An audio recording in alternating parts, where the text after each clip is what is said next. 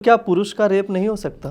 हमारे कानून के हिसाब से किसी पुरुष का रेप नहीं हो नहीं, सकता। आपका क्या टेक है? एक आदमी के ऊपर रेप केस लगा दिया जाता है एक ऐसी महिला द्वारा जिसको उसने कभी आज तक देखा भी नहीं है। एक नहीं अनगिनत केसेस मेरे पास ऐसे आ चुके हैं ब्रिज, जहाँ पे लड़के की रत्ती भर भी गलती नहीं होती, कंप्लीटली इनोसेंट मैन। आज के समय पे पूरे इंडिया में ऐसे गैंग्स ऑपरेट कर रहे हैं जो कि प्रॉपरली औरतों को एंगेज करते हैं, हायर करते हैं और किसी भी इंसान को पकड़ के जो है समाज में स्टेटस रखता है, पैसे वाला है, कुछ उसकी रेपुटेशन है। तो ऐसे जो गैंग्स हैं खासकर at least northern India, central India, Rajasthan, Uttar Pradesh, Haryana, Maharashtra, इन सब जगहों पे तो बहुत ज़्यादा सक्रिय हैं और बहुत सारे लोगों से लाखों करोड़ों रुपए की उगाही जो है चल रही है।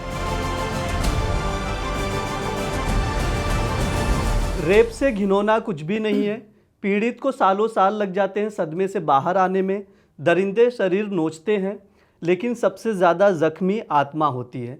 लेकिन यही आत्मा अगर महिला की मर जाए तो, जो कानून महिलाओं की रक्षा के लिए बने हैं अगर उन्हीं कानूनों का दुरुपयोग होने लग जाए तो, फॉल्स रेप केसेस होने लग जाए तो, इन सब पर बात करने के लिए हमारे साथ है equal rights activist Deepika ji. इनसे पूरा हम जानेंगे। MAMIndia.com में आपका बहुत बहुत स्वागत है। Thank you so much. पहली चीज़ तो एक है कि कई ऐसे गैंग हैं जो मुझे आया कि फर्जी रेप केसेस करते हैं और पैसों की उगाही करते हैं। कितना सच है? बिल्कुल सच है ब्रिज। आज के समय पे पूरे इंडिया में ऐसे गैंग्स ऑपरेट कर रहे हैं जो कि प्रॉपरली औरतों को एंगेज करते हैं, हायर करते हैं और किसी भी इंसान को पकड़ के जो है, जो कि ऑब्वियस सी बात है कि कुछ समाज में स्टेटस रखता है, पैसे वाला है, कुछ उसकी रेपुटेशन है, जिसकी वजह से उनको टारगेट करना बहुत आसान हो जाता है। तो ऐसे आदमियों से कांटेक्ट करवाते हैं, रिलेशनशिप एस्टैब्लिश करवाते हैं, या सिर्फ मान लो कॉफ़ी पीने चले गए, मान लो कोई इंसान जो है सोशल स्पेस में है और अच्छा काम कर रहा है, उसको बोल दिया किसी ने कि भैया हम आपसे आके मिलने क्या, तो वो मिल लेंगे, तो फिर उसके बाद जो है कहेंगे कि छेड़खानी करी या रेप करने की कोशिश की। तो ऐसे जो गैंग्स हैं खासकर at least northern India, central India, Rajasthan, Uttar Pradesh, Haryana, Maharashtra, इन सब जगहों पे तो बहुत ज़्यादा सक्रिय हैं और बहुत सारे लोगों से लाखों करोड़ों रुपए की उगाही जो है चल रही है। हाल ही में गोवा में भी इस तरह का एक पूरा का पूरा गैंग बस्ट किया गया।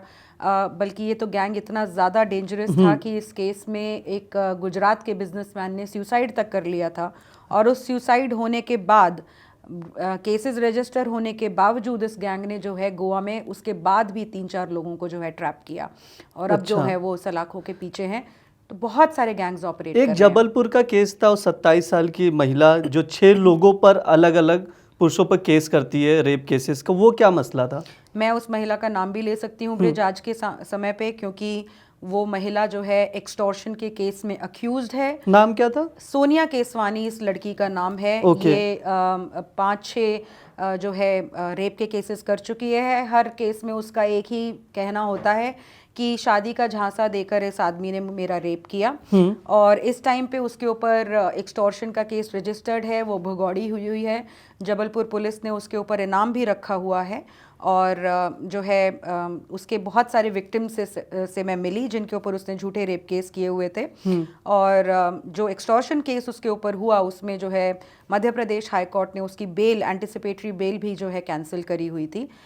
तो उसकी तो मैंने खास बहुत अच्छी तरह से जो है इन्वेस्टिगेशन करके उसको काफ़ी मैंने एक्सपोज करने की कोशिश की थी। और मुझे लगता है कि जिस तरह समाज में अगर कोई एक आदमी इस तरह से किसी भी महिला के साथ गलत करता है तो उसको एक्सपोज करना चाहिए। ऐसे लोगों का समाज में कोई स्थान नहीं है।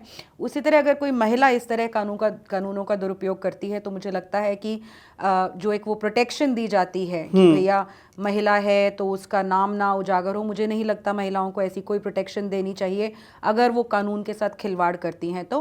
तो सोनिया केसवानी जो है उसकी मैंने कुछ ऑडियो वीडियोस भी जो हैं यूट्यूब पे और अपने सोशल मीडिया पे रिलीज करी, जहाँ पे वो कह रही हैं कि 376 का केस अगर आपके ऊपर मैं लगा दूंगी तो जो है आपको 6 महीने तो जेल में सड़ना ही सड़ना पड़ेगा। 376 एक ऐसी धारा है जहाँ पे कुछ भी समझा और देखा नहीं जाता कानून के द्वारा, सिर्फ और सिर्फ महिला की स्टेटमेंट ही अच्छा। संपूर्ण होती है, सफिशिएंट होती है, और वो कहती हैं कि मेडिकल प्रूफ भी नहीं देखा जाता, और हंस हंस के बता रही हैं। तो लोग अगर आपके प्रोग्राम को देखते हुए अगर देखना चाहें तो मैंने यूट्यूब पे उसकी पूरी की पूरी जो है क्लिप्स डाली हुई हैं। और एक नहीं, मैंने उस लड़की की बहुत सारी ऑडियो रिकॉर्डिंग सुनी। मतलब इतनी बेखौफ थी वो कानून को मिसयूज करने में ब्रिज की। एक लड़का जिसके ऊपर उससे रेप केस बकायदा डाल दिया था, उसके साथ कोर्ट में एफआईआर कर दी थी उसने, और उसका मैटर चल रहा था। उसी लड़के के माँ बाप को फोन करके क्या बोलती है लड़की, आप अपने लड़के की मुझसे शादी कर दो। ओके। तो उन्होंने कहा कि हमारी पूरे समाज में बेइज्जती करा दी तुमने, हमारे ऊपर रेप केस करा दिया तुमने, अब तुम कैसे बोल सकती हो कि शादी कर दो। तो कहती देखो, रेप केस से ना तो आपको कुछ मिलेगा ना मेरे को कुछ मिलेगा, एडवोकेट्स जो हैं वो सिर्फ पैसा बनाएंगे, तो मैं आपसे माफी मांग रही हूँ, आप अपने बेटे की मुझसे शादी कर दो। तो कहते ऐसे कैसे, आपने तो एफआईआर कर दी। तो कह रही है नहीं नहीं, 2 मिनट का काम है, एक एफिडेविट पे साइन करेंगे कि गलतफहमी हो गई थी और रेप केस वापस ले लूंगी मैं। आपके सामने ऐसा कोई केस आया जिसमें लगा कि लड़का ज़रा सा भी गुनाह नहीं किया है, फिर भी उसे कई साल तक ये चीज़ों में घसीटा गया, फेक रेप केसेस में उसे बहुत सारी तकलीफ़ें झेलनी पड़ी? एक नहीं, अनगिनत केसेस मेरे पास ऐसे आ चुके हैं ब्रिज, जहाँ पे लड़के की रत्ती भर भी गलती नहीं होती, कंप्लीटली इनोसेंट मैन। ठीक है, एक 2 एग्जांपल्स मैं आपको दूंगी। एक एग्जांपल है एक बेचारे छोटे से 19 साल के बच्चे का, जो कि द्वारका में है। अच्छा। उसको एक महिला ने झूठे गैंगरेप के केस में इन्वॉल्व किया। वो जोमेटो में काम करता है। उस शाम, जिस शाम का उसने इंसिडेंट दिखाया है, वो अपनी डिलीवरी कर रहा था। बिल्कुल ही गरीब परिवार से आता है, लेकिन सिर्फ उसकी एक गलती थी कि उसका जो दोस्त था उसके साथ ये महिला एक रिलेशनशिप में थी। उनका आपस में डिस्प्यूट हुआ, तो इस महिला ने जो है इस बेचारे 19 साल के जोमेटो में जो काम करता है लड़के को भी इम्प्लीकेट कर लिया गया। और वो जो महिला जो द्वारका की है, उसके 2 बच्चे हैं ब्रिज, वो भी एक false serial rape case filer है। उस महिला ने कम से कम भी 7-8 द्वारका में रेप केसेस फाइल करे हुए हैं। खुद 2 बच्चों की माँ है, लेकिन पता नहीं कितने सारे अपने से छोटे लड़कों के साथ कंसेंशुअल रिलेशनशिप बनाती है, और उसके बाद उनके ऊपर रेप केस फाइल कर देती है उगाही करने के लिए। उस केस को भी जो है हम लोग परस्यू कर रहे हैं। दूसरा एक आपको मैं मैटर बताती हूँ, अभी फरीदाबाद से मेरे पास आया है। अच्छा। एक आदमी के ऊपर रेप केस लगा दिया जाता है एक ऐसी महिला द्वारा जिसको उसने कभी आज तक देखा भी नहीं है, उसका नाम भी नहीं सुना था। ये भी एक पूरा हनी ट्रैप गैंग है जो फरीदाबाद में ऑपरेट कर रहा है। पहले जेल भी जा चुका है, लेकिन उसके बाद एक महिला को जो है उन्होंने एंगेज करके और इस आदमी को झूठे रेप केस में फंसाया। आपके ऑडियंस को मैं बताती हूँ कि किस तरह से लोगों को आज कितनी धड़ल्ले से फंसाया जा रहा है। ये महिला जो रेप केस फाइल करती है, उस रेप केस में कहती है कि 7 महीने पहले मैं मूवी देखने गई, मेरी महिला मित्र जो थी मेरे साथ आने वाली वो आई नहीं, तो मेरे बगल में जो 2 लड़के बैठे थे उन्होंने मुझे कहा ये कोल्ड ड्रिंक पी लो। क्या सिनेमा थिएटर में किसी अनजान आदमी अगर आपको बोलेगा कि आप कोल्ड ड्रिंक पी लो, तो क्या एक महिला जो कि अडल्ट महिला है वो क्या कोल्ड ड्रिंक वैसे ही पी लेगी? पहली बात तो ये नहीं, उसने पी ली और वो बेहोश हो गई। अच्छा। और फिर उसके बाद क्या हुआ, कुछ नहीं लिखा। फिर उसके बाद स्ट्रेट कट टू फिल्म खत्म हो गई है, वो नीचे जाती है तो वही लड़के जो उसके बगल में बैठे थे जिनसे वो कोल्ड ड्रिंक पी के बेहोश हो गई, और उसने कोई अलार्म नहीं रेज किया जब वो होश में आई, या किसी गार्ड को नहीं बताया, कुछ नहीं किया, वो नीचे जाती है और उसको फिर वो लड़के देखते हैं और वो लड़के बोलते हैं या आदमी बोलते हैं कि आओ हम तुम्हारे को लिफ्ट दे देते हैं, तो वो उनसे लिफ्ट ले लेती है। और उस लिफ्ट लेने के दौरान उन लोगों ने जो है उसका रेप कर दिया। अच्छा, ये पूरा मसला था। इतनी मनगढ़ंत कहानी। और कहती है कि 7 महीने बाद, इस इंसिडेंट के 7 महीने बाद उसने फेसबुक यूज करते हुए इस आदमी का प्रोफाइल देखा, तो उसको याद आया, अरे ये तो वही आदमी है। अच्छा, 7 महीने बाद याद आया। और फिर वो थाने जाती है, ये एफआईआर कटवाती है। इमीडिएटली उस आदमी को पुलिस जो है, Faridabad police, without any investigation arrest कर लेती है। अब ये 7 महीने का गैप क्यों उन लोगों ने किया? क्योंकि 7 महीने के बाद ना तो कोई सीसीटीवी फुटेज मिलेगी, ठीक है, हाँ। ना ही कोई और एविडेंस मिलेगी। नहीं तो अगर कोई 2 दिन में, 4 दिन में, 5 दिन में इस तरह का झूठा केस दर्ज करवाता, तो पुलिस भी जो है मॉल वालों को बोलती कि आप सीसीटीवी फुटेज दीजिए। 7 महीने बाद उस आदमी के पास, बेचारे के पास, अपने आप को इनोसेंट प्रूव करने का कोई एविडेंस नहीं बचा। सिर्फ एक फैक्ट था कि वो भी उस दिन वहां पे वो एक्चुअली में मूवी देखने गया था। बिल्कुल, और हाँ। क्योंकि इस गैंग को अच्छी तरह से पता था, वो जानते थे, उन्होंने पूरी रेकी की थी, ये एक बहुत ही अच्छे परिवार के इंसान थे, तो इनको जो है इमीडिएटली अरेस्ट करा गया। 4 महीने बाद ये जेल से छुटे हैं, 33 लाख रुपए उस गैंग ने इन आदमी से ले लिए।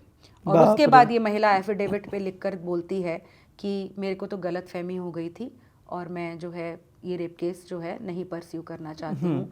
तो इन आदमी को जो है अब बेल पे हैं ये, लेकिन ऑब्वियसली हम लोग इस मामले को परस्यू करेंगे और हायर अथॉरिटीज़ तक ले जाने की कोशिश करेंगे। लेकिन फैक्ट ये है कि बिना किसी फैक्ट के, बिना किसी एविडेंस के, सिर्फ और सिर्फ मतलब आप सोचिए कितना डेंजरस है कि मैं अगर कुछ बोल रही हूँ वो ही एविडेंस है जिसके ऊपर किसी भी आदमी को उठा के जेल में डाल दिया जाता है।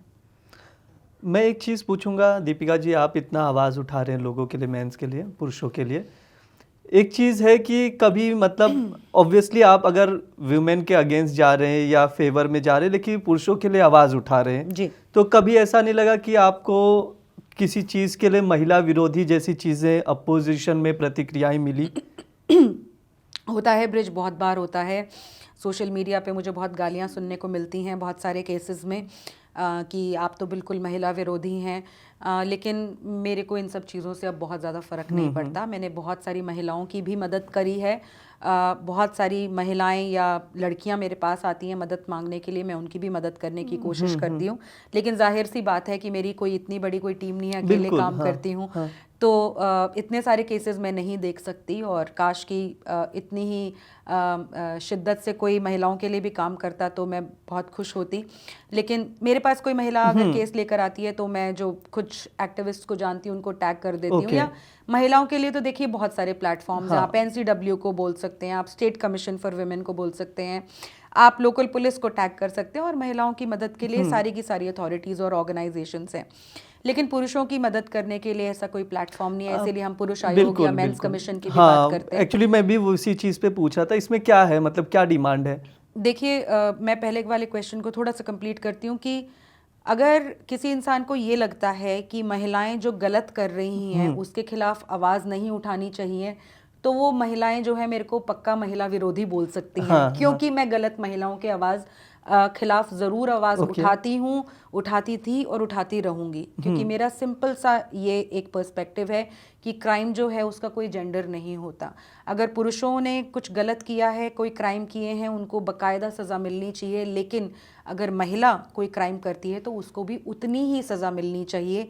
उसको इस चीज़ का बेनिफिट नहीं मिलना चाहिए कि वो एक महिला है। बिल्कुल। क्योंकि क्रिमिनल जो है अपने दिमाग से क्राइम करता है और आज के समय पे हमारे समाज में बहुत सारी महिलाएं हैं जो कम्प्लीटली क्रिमिनल माइंडेड हैं और क्रिमिनल माइंडेड होने के साथ साथ उनको ये भी पता है कि वो औरत का कार्ड खेल के या महिला का कार्ड खेल के बच सकती हैं।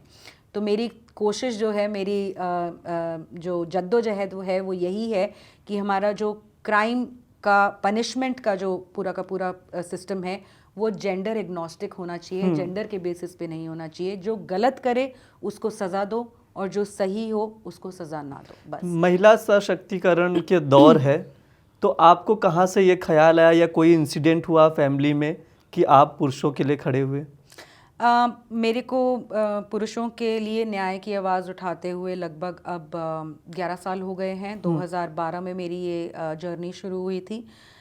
एक बहुत ही पर्सनल एक्सपीरियंस के बाद ये जर्नी शुरू हुई थी। हमारे ही परिवार में एक ऐसा वाक़या हुआ जहाँ पे शादी के टूटने का कारण तो लड़की का एक्स्ट्रा मैरिटल अफेयर था।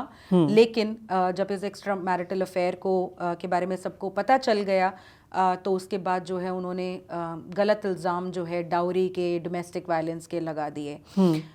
तो वो जो एक्सपीरियंस था तब मैंने जानना पहचानना शुरू किया कि ये 498A क्या होता है। क्योंकि धमकियां जो है उस लड़की के परिवार से यही मिली थी कि झूठा दहेज का केस कर देंगे, झूठा डोमेस्टिक वायलेंस का केस कर देंगे। और अनफॉर्चुनेटली ब्रिज उस टाइम पे जितने भी लोगों से बात की, चाहे वो एडवोकेट्स थे या कुछ रिटायर्ड जजेस से हम लोगों ने कांटेक्ट करने की कोशिश की, तो सबने यही कहा कि कानून बहुत ज़्यादा एक तरफा है। आप सब लोगों की, जितने भी लोगों का FIR में नाम होगा उनके सबसे पहले अरेस्टिंग हो जाएगी 498A में। उसके बाद जो है अगर आपके पास सबूत भी हैं अपनी बेगुनाही के तो वो पता नहीं कितने सालों बाद देखे जाएंगे। तो उस टाइम पे फिर ये रिसर्च करना शुरू किया कि ऐसे इतना एक तरफा हमारा न्याय कैसे हो सकता है। तब तक तो यही सोचती थी कि कोर्ट में अगर जाएंगे तो मेरे ख्याल से सही और गलत का वहाँ पे न्याय होता है। पर तब पता चला कि नहीं, सिर्फ एक महिला है इसलिए वो जाके कोर्ट में कितना भी झूठ बोल दे उसकी भी सुनवाई हो जाती है। बिल्कुल। तो तब ये मैंने जर्नी शुरू की। सबसे पहले यही सोचा था कि सिर्फ एक डॉक्यूमेंट्री फिल्म बनाऊंगी, क्योंकि बहुत सारे ऐसे केसेस देखे जहाँ पे लोगों ने सुसाइड तक 2 कर लिया था। डॉक्यूमेंट्री भी आपने बनवाई है? जी जी हाँ। जी। तो सबसे पहली मेरी जो डॉक्यूमेंट्री फिल्म थी वो, उसका नाम है मार्टर्स ऑफ मैरिज, और शादी के शहीद कह सकते हैं आप। हाँ। मार्टर्स ऑफ मैरिज के नाम से वो अभी लोग यूट्यूब पे देख सकते हैं। 2016 में मैंने उसको रिलीज़ किया। 2017 में मैंने लगभग 22 शहरों में उसकी स्क्रीनिंग करी, निशुल्क स्क्रीनिंग करी। जुडिशल अकेडमीज़ में भी उस फिल्म को दिखाया गया, कोर्ट्स में भी उस फिल्म को दिखाया गया, लॉ कॉलेजेस में भी उस फिल्म को दिखाया गया। और उसके बाद जो है, जब वो वाला फेज़ मार्टर्स ऑफ मैरिज का कंप्लीट हुआ, तब मैंने झूठे रेप केसेस, जो कि जब मैंने एक्चुअली 2012 में जब शुरुआत करी अपनी, तभी निर्भया का केस हुआ था। अच्छा। और 2013 में जो है क्रिमिनल लॉ अमेंडमेंट बिल आया था, रेप के लॉज को बिल्कुल ओवरऑल कर दिया गया था। और उसके बाद जो जर्नी, या मेरे ख्याल से जो एक ट्रैजेक्टरी 498 के मिसयूज़ की रही है, वही ट्रैजेक्टरी आज के टाइम पे 376 के मिसयूज़ की चल रही है। ऑब्वियस सी बात है, जाहिर सी बात है, अभी सिर्फ 10 साल हुए हैं, और मेरे ख्याल से 10 साल में जो है बहुत सारे लोगों को जो है इन कानूनों में या रेप के लॉज में के मिसयूज़ के जो है लोग विक्टिम्स बनेंगे। और शायद वो भी दिन आएगा जिस दिन सुप्रीम कोर्ट कुछ ना कुछ टिप्पणी करे, जैसे 498 में हुई। तो अब जो मैंने डॉक्यूमेंट्री बनाई है उसका नाम है इंडिया सन्स। वो उन लोगों की कहानी है जिनको झूठे रेप केसेस में फंसाया गया, किस तरह से उन्होंने लड़ाई करी, किस तरह से उन्होंने अपने इनोसेंस प्रूव करी, और उन्होंने इस जर्नी में क्या क्या खोया, ये उनकी कहानी है। तो जज निवेदिता अनिल शर्मा है दिल्ली की एक कोर्ट की, उन्होंने काफ़ी उम्दा जजमेंट्स पास की हैं। तो उन्होंने एक जजमेंट में कहा था कि आजकल के समाज में एक ऐसा माहौल हो गया है कि एक महिला सिर्फ रेप का केस भी फाइल कर दे तो मीडिया उसको रेप सर्वाइवर का नाम देने लग जाती है, चाहे वो सच हो केस चाहे झूठ हो केस। हाँ। तो उस केस में, एक ऐसे ही झूठे केस में एक आदमी को बरी करते हुए निवेदिता अनिल शर्मा जी ने कहा था कि अगर महिला जो रेप का केस कर देती है उसको आप रेप से सर्वाइवर कह रहे हो, तो ये जो आदमी हैं जो झूठे फंसाए जा रहे हैं, इनको अगर बाइज्जत बरी करें तो क्या इनको फॉल्स रेप केस सर्वाइवर नहीं बोल देना चाहिए। तो वही जो है मेरी डॉक्यूमेंट्री का टैगलाइन है, India sons tale of false rape case survivors. बिल्कुल। आपने 376 का जिक्र किया, 498A का जिक्र किया, अब नया कानून बन रहा है, भारतीय न्याय संहिता बन चुका है। 69A क्या है वो लॉ? 69A भारतीय न्याय संहिता का जो एक नया कानून आ रहा है वो ये कहता है कि कोई भी आदमी अगर किसी महिला के साथ शारीरिक संबंध बनाता है डिसेप्शन से या डिसीव करके, तो उसको 10 साल तक की सज़ा होगी। और ये जो डिसेप्शन है वो या तो किसी नौकरी का झांसा हो सकता है, या शादी का झांसा हो सकता है, या अपनी रिलीजियस आइडेंटिटी या आप अपनी आइडेंटिटी बदल के अगर आप किसी महिला के साथ शारीरिक संबंध बनाते हैं तो आपको कानूनन जो है पनिशमेंट मिलेगी, 10 साल की आपको सज़ा हो सकती है। तो पुरुष कैसे प्रूव करेगा? क्योंकि ये चीज़ें सबसे मुझे डिफ़िकल्ट लगा, क्योंकि अगर कोई म्यूचुअली रिलेशनशिप में जाता है या सेक्सुअली रिलेशनशिप में फिजिकली होता है और उसके बाद बोल देती है लड़की कि मुझे जॉब के ऑफर दिए गए थे, ऐसा हुआ, या इवन प्रमोशन, एक जॉब लगवा भी दिया नेक्स्ट नहीं लगवा रहा है, तो ये चीज़ें कैसे डिफाइंड होंगी? मुझे लगता है कि ये जो कानून है बहुत ही ज़्यादा बिना सोचा हुआ, बिना इसकी तह तक गए हुए, और पता नहीं किस प्रॉब्लम को एक्चुअली सॉल्व करने के लिए कानून बनाया है। लेकिन मुझे लगता है कि ये कानून लंबे समय में मेरे ख्याल से एक बहुत ही बड़ी गलती साबित होगा। मैं ये बहुत स्ट्रांगली बोल सकती हूँ ब्रिज, क्योंकि आज के समय में मैं कम से कम भी ऐसे 20 से 25 मामलों पर काम कर रही हूँ जहाँ पे एक ही महिला ने साथ सोनिया केसवानी का तो केस मैंने आपको बताया बिल्कुल। ऐसे 20 से 25 मामले मैं कर रही हूँ जहाँ पे एक ही लड़की या महिला ने 7-7, 8-8, 9-9, 10-10, 12-12 तक रेप केस करे हुए हैं। और ज़्यादातर रेप केसेस में वो सिर्फ यही बोलती है कि इसने मुझे शादी का झांसा देकर रेप किया, क्योंकि ऐसे मामलों में वैसे ही लड़की को कोई सबूत देने की ज़रूरत नहीं होती, लेकिन ऐसे मामलों में तो लड़की को बिल्कुल भी कोई सबूत देने की ज़रूरत नहीं होती। वो लड़के के साथ 10 बार होटल में भी जा सकती है, वो बहुत अच्छी तरह से उसके साथ चैट भी कर सकती है, वो कितनी भी ऐश भी उसके साथ कर सकती है, लेकिन बाद में चाहे 2 साल, चाहे 4 साल, 5 साल, 6 साल, 10 साल के बाद बोल देगी कि इसने तो मुझे शादी का झांसा देकर इतने साल तक रिलेशनशिप में रखा। तो ये बहुत गलत कानून है। ना ही सिर्फ इसमें आदमी को बहुत ज़्यादा दिक्कतें होंगी ये प्रूव करने में कि उसने ऐसा कोई शादी का झांसा नहीं दिया या वैसे नहीं किया, बल्कि एक पर्सपेक्टिव था जो कोर्ट्स का बन रहा था। अभी तक जो ये चार्जेस हैं रेप के केस में लगाए जाते थे, रेप केस लगा दिया, मिसकंसेप्शन ऑफ फैक्ट हो गया, उनकी कंसेंट इस वजह से वायलेटेड वो परसीव करते थे। लेकिन Orissa high court, Delhi high court के, ऐसे बहुत सारे, बॉम्बे हाई कोर्ट के बहुत सारे जजमेंट्स आ चुके थे जहाँ पे ये कहा था कि सिर्फ एक आदमी अगर ब्रेकअप कर ले या फिर किसी वजह से शादी ना कर पाए तो उसको जो है हम रेप नहीं कह सकते। अब इस नए कानून में ये कह रहे हैं कि हम रेप नहीं मानेंगे इसको, लेकिन सजा मिलेगी आपको 10 साल तक की, ठीक है ना। तो वो एक जो पर्सपेक्टिव था कि कंसेंट जो है इन्होंने अपनी तरफ से दी थी, वो भी मेरे ख्याल से वो हट जाएगा पर्सपेक्टिव। इमीडिएटली एक आदमी को उठा के जेल में डाल दिया जाएगा।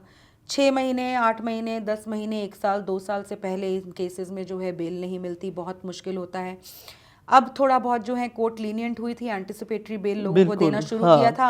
अब एकदम से नया कानून ला दिया आपने, 10 साल तक की सजा है, तो ऑब्वियसली एक बहुत ही जघन्य अपराध की श्रेणी में आ जाता है। बिल्कुल, बहुत सारे लोगों के साथ बहुत गलत होगा ब्रिज, और मुझे लगता है कि कंसेंशुअल रिलेशनशिप को इस तरह के दायरे में, इस तरह से क्राइम के दायरे में लाना बहुत गलत है। और एक और चीज़ जो अंत में बोलना चाहूँगी, हमारे कानूनविद कहना क्या चाहते हैं? क्या एक वयस्क महिला के पास अपना खुद का इतना दिमाग नहीं है कि अगर कोई उसको बोल रहा है कि तुम मेरे साथ आके सेक्स कर लो और मैं तुम्हारे को जॉब दे दूंगा, और वो जाके उसके साथ सेक्स कर ले? क्या हम लेजिटिमाइज कर रहे हैं इस चीज़ को कि आदमी कोई भी किसी तरह का झांसा दे दे और महिला के पास अपनी बुद्धि ही नहीं है? क्या कहना चाह रहे हैं हम कि एक वयस्क महिला एक बच्ची से भी छोटी है, कि वो अपने सही और गलत के बारे में डिफ्रेंशिएट नहीं कर सकती है?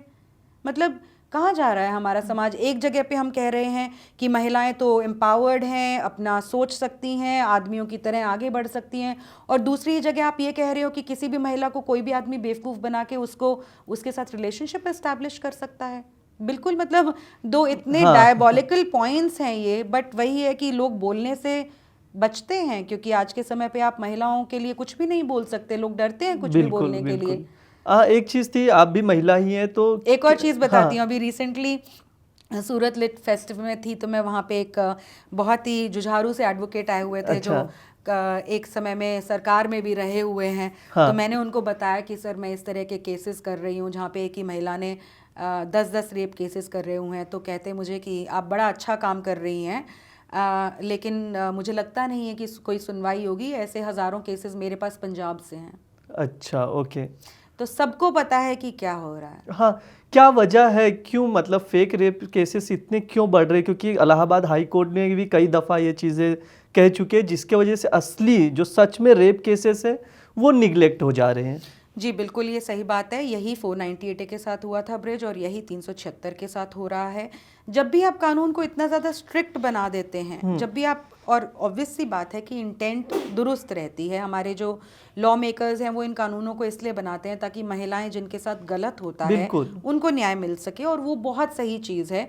और महिलाएं जो इस तरह की विक्टिम, इस तरह की सेक्सुअल एक्सप्लॉयटेशन का विक्टिम बनती हैं, उनको ऑब्वियसली, या रेप की विक्टिम होती है, उनको रेपिस्ट को सख्त से सख्त सज़ा देनी चाहिए।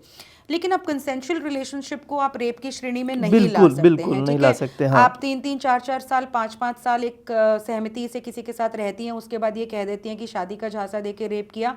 ये बिल्कुल गलत है। दुनिया में किसी भी जगह पे ऐसा कानून नहीं है। और देखिए, हमारी कोर्ट्स जो हैं ऑलरेडी इतनी ज़्यादा भरी पड़ी हैं केसेस से। निर्भया के बाद कानून लाया गया कि फास्ट ट्रैक कोर्ट्स बननी चाहिए सेक्सुअल ऑफेंसेस को ट्राई करने के लिए। आज के टाइम पे वो फास्ट ट्रैक कोर्ट्स भी स्लो ट्रैक कोर्ट्स हो चुकी हैं, क्योंकि इतने ज़्यादा मामले हैं।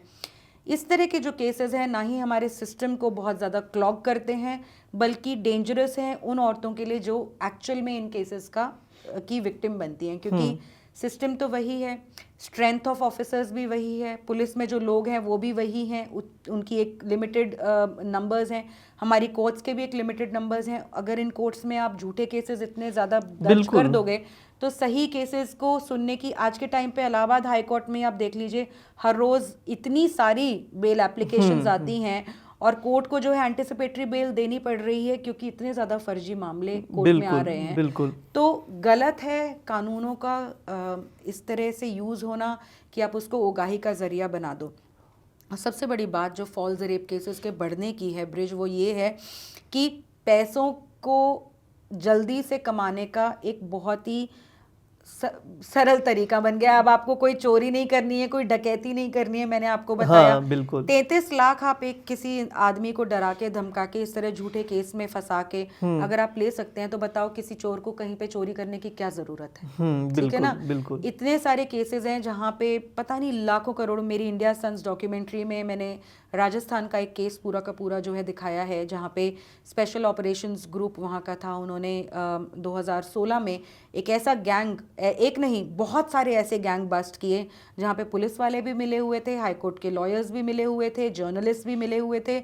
वो एक आदमी को टारगेट करते थे जो कि बहुत ही ज़्यादा सभ्य परिवार से हो, बहुत ही ज़्यादा रिच हो, उसके पास लड़की भेजी जाती थी, ट्रैप करवाया जाता था। और इस गैंग ने, इन सारे गैंग ने मिलके लगभग 2-2.5 साल में कम से कम भी 30-32 करोड़ की उन्होंने अर्निंग कर ली थी।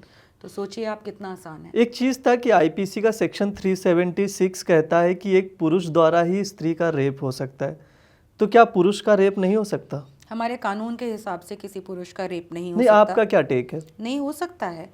अब आप मुझे एक बात बताइए, अगर हमारा कानून ये कह रहा है कि अगर कोई महिला किसी पुरुष के साथ सेक्सुअल रिलेशनशिप में आती है जहाँ पे उस पुरुष ने ये बोला हो कि मैं तो तुमसे शादी करूंगा और उसके बाद संबंध बनते हैं तो हम उसको रेप बोलेंगे। तो ऐसी तो बहुत सारी लड़कियां हैं जो आदमी को ये बोलती है कि मैं तो तुम्हारे से शादी करूंगी और उसके बाद सेक्सुअल रिलेशनशिप एस्टैब्लिश करती हैं, उसका सारा का सारा पैसा भी उड़वा देती हैं। क्या इन लड़कियों को आप रेप के लिए कर सकते हैं, अक्यूज नहीं कर सकते?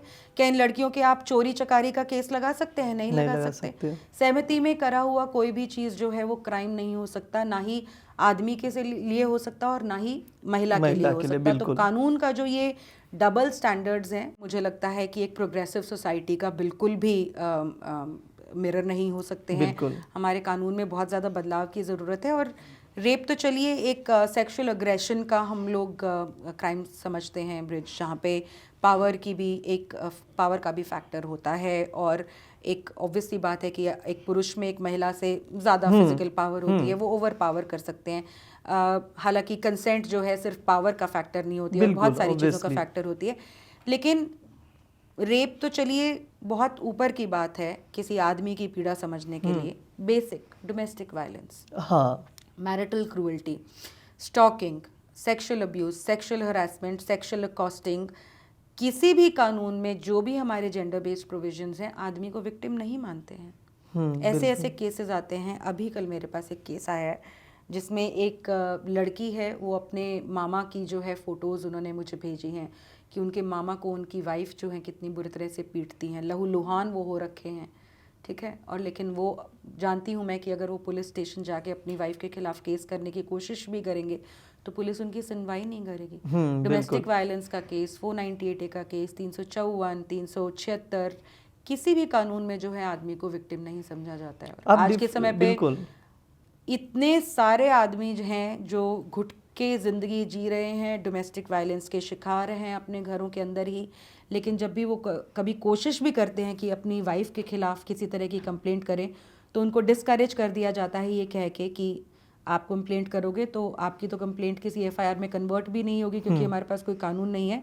लेकिन अगर आपकी वाइफ आपके ऊपर 5 केसेस लगाने की कोशिश करेगी तो हमारे को FIR रजिस्टर करनी पड़ेगी। हाँ बिल्कुल, फेक रेप केसेस के मेरे पास कुछ डेटा भी है। साल 2021 NCRB की रिपोर्ट कहती है रेप के 4000 से ज़्यादा फर्जी मामले पाए गए हैं और पिछले 5 साल में 55% जो मामले फर्जी मामले जो रेप केसेस के बढ़े हैं।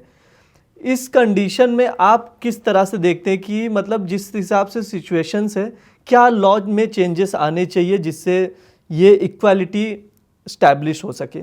देखिए, सबसे बड़ा चेंज जो आने की ज़रूरत है वो ये है कि हमारे जो कोर्ट्स में जजेस बैठे हैं, हमारे जो पुलिस स्टेशंस में पुलिस ऑफिसर्स बैठे हैं, और मेरी डॉक्यूमेंट्री में मैंने पुलिस ऑफिसर्स को भी एक लेडी पुलिस ऑफिसर की भी ये स्टेटमेंट है कि जब महिलाएं, हमें पता चलता है कि उन्होंने झूठा केस फाइल किया है तो हम उनके खिलाफ इतना ज़्यादा कोई एक्शन नहीं लेते हैं, क्योंकि महिलाओं की तरफ हमारा सॉफ्ट एक हार्ट होता है, एक सॉफ्ट पर्सपेक्टिव होता है। तो लेकिन मुझे लगता है कि अगर आप गलत को इस तरह से शरण देंगे, उसके खिलाफ एक्शन ना लेके, तो वो गलत बढ़ता जाएगा। हमारे समाज में ऑलरेडी बहुत ज़्यादा बढ़ चुका है। मध्य प्रदेश हाई कोर्ट की एक जजमेंट, विशाल धागत जज हैं, उनकी एक जजमेंट के ऊपर अभी मैंने फ़िलहाल एक वीडियो भी बनाया था। अच्छी जजमेंट है, उम्दा जजमेंट है।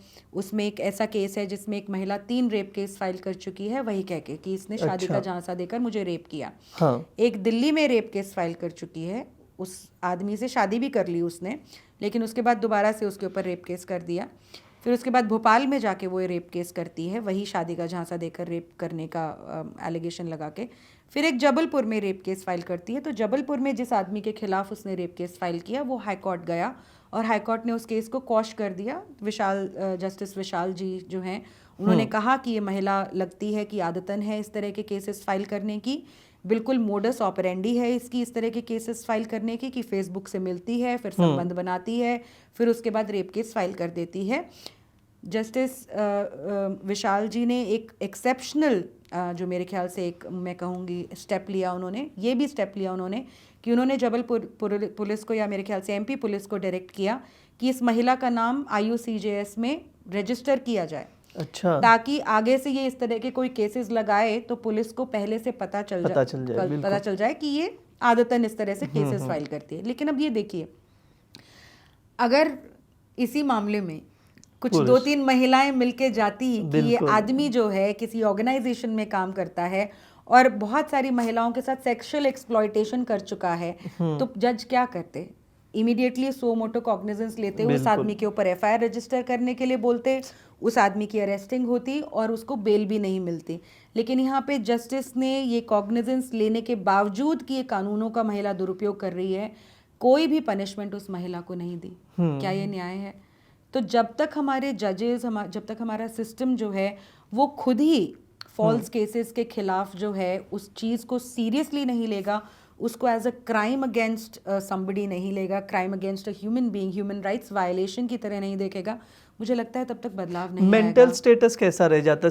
सपोज कोई आरोपी बना फेक रेप केस में, फिर वो कुछ साल जेल में भी रहा, बाद में पता चलता है कि वो दोषी नहीं है, जेल से रिहा होता है, उसके बाद उसकी मेंटल स्टेटस, ऐसा कोई केस आपके सामने आया हो? उत्तर प्रदेश का एक केस था, बहुत ही यंग सा लड़का था। मुझे वो केस जब मैंने पढ़ा तब मुझे इतना रोना आया। जुझारू लड़का था, स्पोर्ट्स खेलता था, मेरे ख्याल से स्टेट रिप्रेजेंट कर चुका था। एक लड़की के साथ उसका अफेयर था और उस लड़की को जब उसके पेरेंट्स को पता चल गया कि इनका अफेयर है, तो उन्होंने उस लड़के के ऊपर रेप का एलिगेशन लगा दिया था। वो लड़का बेचारा मेरे ख्याल से 10 महीने जेल में था। जब वापस आया तो सुसाइड नोट लिखकर वो मर गया और उसने उसमें लिखा कि किस तरह से वो बेगुनाह था, लेकिन अब वो उसका पूरा करियर ख़त्म हो चुका है, उसकी ज़िंदगी ख़त्म हो चुकी है, उसको नहीं लगता कि वो कभी भी इस चीज़ से बाहर आ पाएगा। छोटी सी उम्र का वो एक लड़का जो है उसने अपनी ज़िंदगी ख़त्म कर ली। मुझे याद है मैंने उस केस में जो है उसके शायद चाचा जी से बात करी थी और उन्होंने मुझे कॉल रिकॉर्डिंग भेजी उस लड़की की जिसने उसके ऊपर रेप केस किया था। इतना ज़्यादा प्रेशर ये चीज़ें होती है सोसाइटीज़ की। उस लड़की का फ़ोन पे रिकॉर्डिंग में जो है वो रो रही है उसके सुसाइड के बाद कि उसने ऐसा क्यों कर लिया, उसने ऐसा क्यों कर लिया। आपने जब रेप केस लगाया था तब आपको सोचना चाहिए था कि आपने ऐसा क्यों किया। अब वो मर गया तो आप पूछ रही हैं कि उसने ऐसा क्यों किया। बहुत सारे लड़के हैं, बहुत सारे पुरुष हैं जो इस टाइम पे सुसाइड कर रहे हैं। मुझे याद है इंदौर का एक केस था, उसमें 65 साल के एक बुज़ुर्ग थे जिन्होंने अपना घर किसी को किराए पे दिया हुआ था और उस कपल ने जो है उनको किराए के पैसे नहीं दिए। जब वो उनसे पैसे मांगने गए तो उन्होंने उनके ऊपर FIR कटवा दी कि उन्होंने उस लेडी का जो है रेप किया था। 2 महीने वो जेल में रहे, बाहर आए, सबको पता था फर्जी केस है, लेकिन उनकी सिर्फ एक बेटी थी। उन 65 साल के बुजुर्ग ने जो है अपने घर में जाके आत्महत्या कर ली। मैं उस फैमिली से मिली थी, उन आंटी का रोना नहीं ख़त्म होता था। उनकी बेटी जो है बिल्कुल डेविस्टेटेड है, उसके पापा उसको सबसे अजीज़ थे। तो ऐसे बहुत सारे केसेस हैं ब्रिज। अनफॉर्चुनेटली हमारी मीडिया जो है, मैं उनसे थोड़ा सा, हालांकि मैं सेम प्रोफेशन से हूँ मैं, लेकिन उनसे आग्रह करूँगी, उनसे रिक्वेस्ट करूँगी, इस तरह के केसेस को प्लीज़ हाईलाइट कीजिए। बिल्कुल। कहीं ना कहीं आपको समझना चाहिए कि एक पुरुष भी एक इंसान ही है, और अगर इस तरह की ज़्यादती किसी के साथ होती है तो मुझे लगता है कि एज मीडिया प्रोफेशनल्स हमारी रिस्पॉन्सिबिलिटी है इन कहानियों को सामने लाना। बिल्कुल। हमारी रिस्पॉन्सिबिलिटी है इस गलत को उजागर करना। महिलाओं के साथ बहुत गलत होता है। बहुत सही है कि हम लोग उन केसेस को हाईलाइट करते हैं और सब लोग जुड़ जाते हैं उस महिला को न्याय दिलाने के लिए। चाहे वो एक, मुझे याद है गुजरात का एक केस था जहाँ पे महिला ने डाउरी के केस में एक नदी में डूब के अपनी जान दे दी थी। या ऐसे बहुत सारे केसेस आते हैं जहाँ पे मीडिया बिल्कुल पुरजोर तरीके से जो है महिला और उसके परिवार को न्याय दिलाने के लिए लग जाती है। लेकिन मेरी उनसे शिकायत है कि जब किसी आदमी के साथ गलत होता है तो मीडिया जो है चुप्पी साध लेती है। इस तरह के सुसाइड केसेस भी हैं। मैं अपने बहुत मीडिया सहकर्मियों को इस तरह के केसेस भेजती हूँ, लेकिन आज तक कभी ऐसा नहीं देखा कि किसी केस को बहुत पुरजोर तरीके से किसी ने एक उठाया। मूवमेंट चला था #MeToo मूवमेंट, उसके आप पुरुषों के मदद के लिए आपने चलाया क्या था मैन टू मूवमेंट, क्या था एग्जैक्टली उसका एम क्या था? मेन टू मूवमेंट का सिर्फ एक ही एम था कि महिलाओं के साथ अगर महिलाएं कह रही हैं कि मी टू यानी मेरे साथ भी, तो ऐसे बहुत सारे पुरुष हैं जिनके साथ भी बहुत ज़्यादा गलत हो रहा है। और बहुत सारे लोगों को दिक्कत होती है, खासकर जो महिलावादी औरतें हैं उनको बड़ी दिक्कत होती है कि जब भी महिलाएं अपने साथ अपने लिए कोई कैंपेन निकालती हैं, शुरू करती हैं, तो पुरुष जो हैं अपनी दिक्कतें उनमें बताने लग जाते हैं। तो मैं बस यही कहना चाहूँगी कि पुरुषों की अदरवाइज भी सुनवाई होती कब है? अगर एक मीटू मूवमेंट शुरू हुआ और उसके पैरेलल में लोगों ने मेंटू मूवमेंट में अपनी बातें बताने की कोशिश की, तो वो उस कोशिश सिर्फ इस वजह से थी कि आदमियों की तो कभी सुनवाई होती ही नहीं है। तो औरतों का कोई कैंपेन है तो उस टाइम पे वो अपनी भी कोशिश करते हैं कि उनके साथ जो गलत हो रहा है वो भी, उसकी भी सुनवाई करने की कोशिश करें। लेकिन मेंटू कैंपेन सिर्फ यही कहना चाहता था कि आदमियों के साथ भी गलत हो रहा है, आदमियों के साथ भी सेक्सुअल अब्यूज़ होता है, सेक्सुअल एक्सप्लॉयटेशन होता है, उनके साथ भी हरासमेंट होती है, और उनके साथ जो हो रहा है उसको भी सुना जाए। बिल्कुल। एक चीज़ था कि अगर किसी के ऊपर रेप का आरोप लगता है, झूठा आरोप लग रहा है, वो कहाँ जाए, किस तरह से कानून की मदद ले? देखिए, मैं जितने भी आपके दर्शक हैं उनसे यही कहूँगी कि अगर आपको कोई धमकी दे रहा है, धमकी दे रही है किसी भी तरह की, सुसाइड करने की, झूठे केस में फंसाने की, तो lower rank of police officers के पास मत जाइए, लेकिन सीनियर मोस्ट पुलिस ऑफिसर्स के पास जाके बाकायदा अपनी कंप्लेंट दर्ज करवाइए, बाकायदा उनसे मिलिए। जितनी सिस्टम के हाईएस्ट अथॉरिटीज़ हैं उन तक अपनी आवाज़ ज़रूर पहुंचाइए। ऐसे बहुत सारे केसेस हैं जहां पे किसी आदमी ने अगर पीएमओ ऑफिस में लिखा, होम मिनिस्टर को लिखा, या एसपी ऑफिस में जाके मैंने खुद लोगों को रिलीफ दिलवाया है, कमिश्नर ऑफ पुलिस से कांटेक्ट करके, सुपरिटेंडेंट ऑफ पुलिस से कांटेक्ट करके। ये हाईएस्ट अथॉरिटीज़ हैं किसी एक पर्टिकुलर जुरिस्डिक्शन की, इनकी जॉब है आपकी सुनवाई करना। और अगर आप उनके पास सबूत लेके किसी भी तरह का इस तरह की कंप्लेंट लेकर जाते हैं, तो मैं नहीं बोलूँगी कि 100% वो आपको सुनवाई करेंगे, लेकिन हो सकता है कि आपकी सुनवाई हो जाए। और अगर आपको इस तरह केसेस में कोई फंसाने की कोशिश कर रहा है, तो मैं तो लोगों को यही बोलूँगी कि एक्सटॉर्शन या एक्सटॉर्ट ना हो, ऐसी विक्टिमाइजेशन के शिकार ना हो, फाइट करें अगर आपके साथ इस तरह का कोई केस हो रहा है। आप भी खड़े हैं उनके लिए? मैं भी उनके साथ खड़ी हूँ। ऐसी बहुत सारी ऑर्गेनाइजेशंस हैं, मैं उनका नाम भी लेना चाहूँगी। सेव इंडियन फैमिली नाम की ऑर्गेनाइजेशन है, सहोदर ट्रस्ट नाम की ऑर्गेनाइजेशन है, एनसीएम इंडिया नाम की ऑर्गेनाइजेशन है, वास्तव फाउंडेशन है बॉम्बे में, अविजन है कोलकाता में, वेस्ट बंगाल में, केरला में भी ऐसी बहुत सारी ऑर्गेनाइजेशंस शुरू हो गई हैं। तो आप जहाँ पे भी हैं, कोशिश कीजिए कि आप एक बार सिंपल गूगल सर्च कर लीजिए कि men's right organisation in, for example आप चंडीगढ़ में हैं, चंडीगढ़, इन दिल्ली, इन सूरत, इन राजस्थान, इन गुजरात, एक गूगल सर्च कीजिए, आपको जो भी लोग वहाँ पे काम कर रहे होंगे शायद उनका कोई कांटेक्ट मिल जाएगा। कम से कम मदद लेने की कोशिश कीजिए। लेकिन अगर आपको इस तरह की कोई मदद नहीं मिलती है तो एक अच्छा सा एडवोकेट एंगेज कीजिए और एक्शन लीजिए बजाय कि शिकार होने के, और ऑब्वियसली मुझसे कांटेक्ट कर सकते हैं दीपिका नारायण भारद्वाज। मैं सोशल मीडिया पे हर प्लेटफॉर्म पे हूँ। हर रोज़ मेरे डीएम्स जो हैं ऐसी रिक्वेस्ट से भरे रहते हैं और मैं रिस्पॉन्ड ज़रूर करती हूँ। तो मदद लीजिए, सुसाइड मत कीजिए। हाँ, समय हो चुका है। मैं आपसे एक चीज़ कहूँगा कि अगर कोई रिलेशनशिप में है तो उसे फेक रेप केसेस से बचने के लिए क्या सावधानियां बरतनी चाहिए? अगर आप एक रिलेशनशिप में हैं और अगर आपको इस तरह से कोई धमका रहा है तो सबसे बड़ी सावधानी तो ये है कि आप एविडेंसेस जुटाइए। आप व्हाट्सएप चैट्स जो हैं बहुत सारे केसेस में कोर्ट्स सुन चुकी हैं, उनके बेसिस पे डिसीजंस दे चुकी हैं। कॉल रिकॉर्डिंग्स जो हैं आप उनको भी एज एन एविडेंस प्रेजेंट कर सकते हैं। सारी इलेक्ट्रॉनिक एविडेंसेस जो हैं ऑब्वियसली एक सर्टेन प्रोसीजर के अंदर आप कोर्ट में एक्सेप्ट करवा सकते हैं या हियरिंग करवा सकते हैं, लेकिन ये एक्सेप्ट होती हैं। इलेक्ट्रॉनिक एविडेंसेस का बिल्कुल कोर्ट में सुनवाई होती है। तो सबसे बड़ा तो सावधानी यही है ब्रिज की अगर आपको ज़रा सी भी शंका है तो नहीं भी है तो अच्छा होगा कि अगर खासकर स्टार्टिंग ऑफ द रिलेशनशिप में इस जो भी आपकी चैट्स हैं उनका आप बैकअप लेकर रखिए। बहुत सारे लोग बोलते हैं कि ऐसे फियर में जीने से या ऐसे कैसे फियर में जी सके हम, लेकिन बात वही है कि हज़ारों लोग हैं जो इस तरह के केसेस का शिकार हो रहे हैं। किसी की कुंडली में तो लिखा आता नहीं है कि आपके ऊपर झूठा रेप केस होगा कि आप पहले से प्रिकॉशंस ले लें। तो यही बोलूँगी, एक क्लीन एंड क्लियर और एक ट्रांसपेरेंट कम्युनिकेशन जो है वो आपको मदद कर सकता है ऐसे केसेस में। और अगर मान लो आपके ऊपर केस हो जाता है तो मेरी सजेशन सबसे बड़ी यही होगी लोगों को कि डरे मत। अगर आपने कुछ गलत नहीं किया है तो आप गलत के खिलाफ फाइट करें। अच्छा लॉयर एंगेज कीजिए। एंटिसिपेटरी बेल भी आप ले सकते हैं। झूठे रेप केसेस में ऐसे बहुत सारे केसेस हैं, मैंने खुद ऐसे केसेस में लोगों की मदद करी है जहाँ पे वो डरे नहीं, मैंने उनको स्ट्रेंथ दी कि आप डरेंगे नहीं और एंटिसिपेटरी बेल जो है हाई कोर्ट में फ़ाइल की गई और उनको एंटिसिपेटरी बेल भी मिली, स्टे भी मिला। ऐसे भी केसेस हैं जो कॉश हो गए हैं। ऐसे भी केसेस मैंने किए हैं जहाँ पे महिलाओं के ऊपर एफआईआर हो गई है और आज वो जेल में पड़ी हुई हैं। तो डरिए मत अगर आपने कुछ गलत नहीं किया है, ये सबसे बड़ा लेसन है। बिल्कुल। और अगर आपसे कोई एक्सटॉर्शन का मनी डिमांड कर रहा है तो पुलिस के पास जाके कंप्लेंट ज़रूर कीजिए। बिल्कुल, जैसा कि समय हो चुका है तो दीपिका जी ने जो जो चीज़ें बताई है सावधानियां बरतने के लिए आप बरतें।